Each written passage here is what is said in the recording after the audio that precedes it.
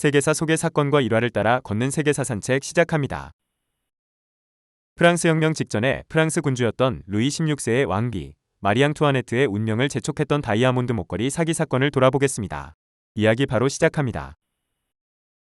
1789년에 프랑스 혁명 몇 해 전인 1785년에 일어난 다이아몬드 목걸이 사기 사건은 전형적인 사기 사건의 형태를 띠고 프랑스의 귀족층에서 일어난 사건이었다. 동시에 이 사건은 사치와 방탕에 빠진 루이 왕조와 그 상류 귀족층의 운명을 암시한 사건이었다.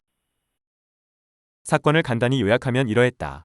한 여인이 백작부인 행세를 하고 궁정이 사제장이었던 로앙 추기경에게 접근하여 앙투아네트 왕비가 고가의 다이아몬드 목걸이를 국왕 모르게 구입하기를 원하고 있다고 속였다. 그리고 추기경이 왕비에게 뇌물로 줄 용도로 이 목걸이를 사도록 유도한 후 중간에서 이 목걸이를 가로챈 사건이었다. 목걸이 사기 사건 소식을 들은 독일의 데무노 괴테는 이 사건이 프랑스 혁명의 서곡이라는 함축성 있는 표현을 했을 정도로 혁명 직전 프랑스 궁중의 부패상을 여실히 드러낸 상징적인 사건이었으며 이는 결국 혁명 후 앙투아네트의 운명에도 영향을 미치게 된다. 1772년 당시 프랑스의 국왕이었던 루이 15세는 자신의 애첩인 뒤바리 백작 부인에게 값진 선물을 하기로 생각했다. 뒤바리 백작 부인은 루이 15세의 첫 번째 정부인 퐁파두르 백작 부인을 이은 두 번째 공식적인 정부였다. 루이 15세는 파리의 한 보석상 주인에게 뒤바리 백작 부인을 위해서 최고급의 다이아몬드 목걸이를 제작해달라고 주문했다. 주문을 받은 보석상은 크고 작은 540개의 다이아몬드가 들어간 고가의 목걸이를 제작하는 작업에 들어갔다. 목걸이 제작 작업에는 오랜 시간이 소요되었기 때문에 목걸이 주문을 한 2년 뒤인 1774년에 갑자기 루이 15세가 천연두로 사망해버려 목걸이의 완성을 보지 못하는 일이 벌어졌다. 그러자 그의 뒤를 이어 국왕이 된 루이 15세의 손자 루이 16세는 자신의 왕비인 앙투아네트와 관계가 원만하지 못했던 뒤바리 백작 부인을 궁 밖으로 추방해버렸다. 목걸이 대금을 지불할 사람과 목걸이를 받을 사람이 없어진 상태에서 목걸이 구입 계약은 흐지부지 되어버렸다. 루이 15세의 갑작스런 사망으로 고가의 목걸이를 떠안게 된 보석상은 이를 새로 왕비가 된 앙투아네트에게 팔려고 시도했다. 하지만 앙투아네트는 이 목걸이가 워낙 고가인데다가 자신이 싫어하는 뒤바리 부인에게 주려고 만든 목걸이임을 알았기 때문에 보석상의 제의를 단호하게 거절했다. 난처해진 보석상 주인은 포기하지 않고 앙투아네트 왕비와 친하다고 소문을 내고 다니던 라모트 백작 부인에게 접근해서 왕비를 설득해주기를 부탁했다. 그런데 자신을 스스로 라모트 백작 부인이라 부른 이 여인이 바로 문제의 여인이었다. 오래전 프랑스의 국왕이었던 앙리 2세의 사생아의 후손이었다고 알려진 그녀는 백작은커녕 평범한 장교에 불과한 라모트라는 사람과 결혼을 한 상태였으며 사실 왕비와 아무런 친분 관계가 없었다. 아무것도 모르던 보석상으로부터 중재 의뢰를 받은 라모트 부인은 목걸이를 가로챌 계획을 세웠다. 그래서 사기극에 이용할 어리숙한 대상을 물색했는데 그녀에게 걸려든 사람은 명문가 출신으로 부유하고 출세욕이 강했으나 앙투아네트와 관계가 원만하지 못해 애를 태우고 있었던 로앙 추기경이었다. 궁정 사제장의 지위에 있었던 로앙 추기경은 스트라스부르크의 명문가 출신의 성직자였다. 그러나 그는 루이 15세가 갑자기 죽을 줄을 몰랐기 때문이었는지 앙투아네트와 그녀의 모국인 오스트리아에 대해 좋지 않은 소문을 퍼뜨린 적이 있었다. 그래서 그는 새로 왕비가 된 앙투아네트에게서 미움을 받고 있었으며 로앙 역시 앞을 내다보지 못한 자신의 경솔했던 행동을 후회하고 있던 상황이었다. 로앙이 출세하기 위해서 왕비의 호감을 얻으려고 전전긍긍하고 있다는 것을 간파한 라모트 부인에게 로앙은 좋은 먹이감이었다. 라모트 부인은 왕비의 친필 편지와 서명을 위조하는 등 여러 방법을 동원하여 자신이 왕비와 친하다고 로앙 추기경을 속였다. 그러자 로앙 추기경은 왕비의 호감을 얻기 위해 왕비와 비밀 접견을 주선해 달라고 라모트 부인을 졸랐다. 그리하여 두 사람의 만남이 1784년 8월의 어느 날 밤에 이루어졌다. 로앙 추기경은 베르사유 궁전 정원의 작은 숲에서 여왕이라고 일컫는 한 여자를 만나게 된다. 하지만 추기경은 앙투아네트를 가까이서 본 적이 없었으며 이 사실을 라모트 부인도 알고 있었다. 그래서 그 여자는 왕비와 닮았다는 이유로 라모트 부인에게 고용된 매춘부였다. 어둠 속에서 그리고 먼 발치에서 이루어진 아주 순간적인 만남에서 왕비 역할을 하던 매춘부는 그에게 과거의 유감은 잊어버리겠다고 약속을 했다. 이후 라모트 부인은 추기경의 믿음을 이용하여 여왕이 자선 사업에 쓸 돈이라고 말하면서 그에게서 많은 돈을 빌렸다.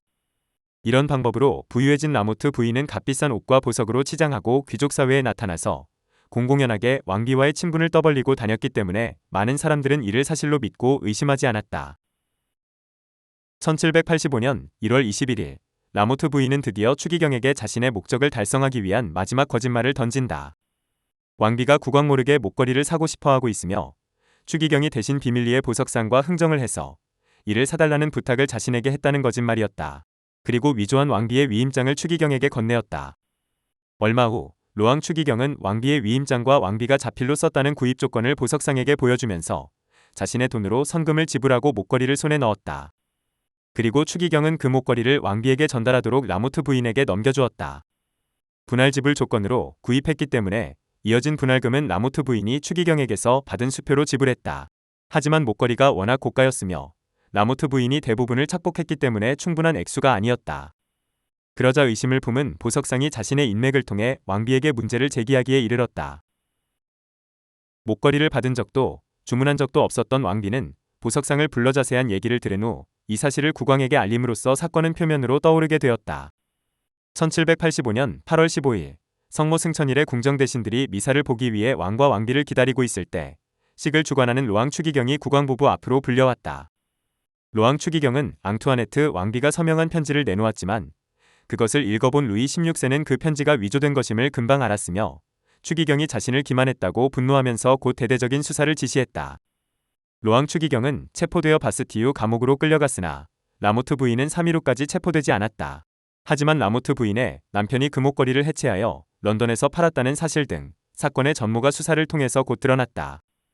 경찰은 그녀와 연관된 모든 사람들을 수사하기 시작했고 매춘부, 라모트 부인의 궁전 출입을 허가한 그녀의 연인인 빌레트 등을 체포했다. 그녀는 마침내 그 편지가 자신이 왕비의 서명을 도용하여 쓴 것이라고 자백했다.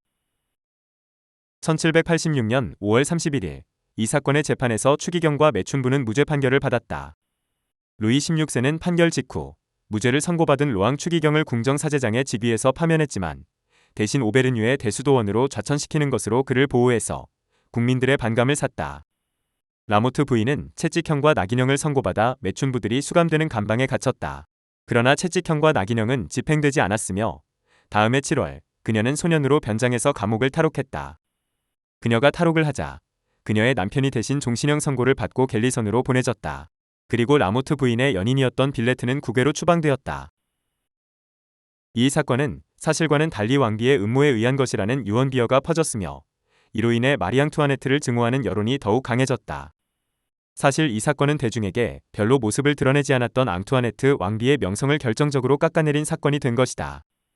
이 사건과 마리 앙투아네트는 무관하였으며 왕비는 결백하다는 사건의 진상이 드러났음에도 불구하고 시민들은 이를 믿지 않았으며 왕비의 체면과 위신은 더욱 크게 손상되었다. 왕실과 귀족들의 사치스럽고 방탕한 생활 때문에 국민의 신뢰가 이미 무너졌으며 특히 지난 200여 년간 왕비의 모국인 오스트리아와 프랑스가 오랜 숙적 관계를 유지하면서 국민적 감정의 골이 너무 깊어졌기 때문이었다. 더구나 루이 16세와 마리 앙투아네트의 결혼은 프러시아의 위협을 받고 있던 오스트리아와 영국을 견제하려던 프랑스의 이해관계로 탄생한 정략결혼이었기 때문에 국민들의 지지를 받지 못한 측면도 있었다.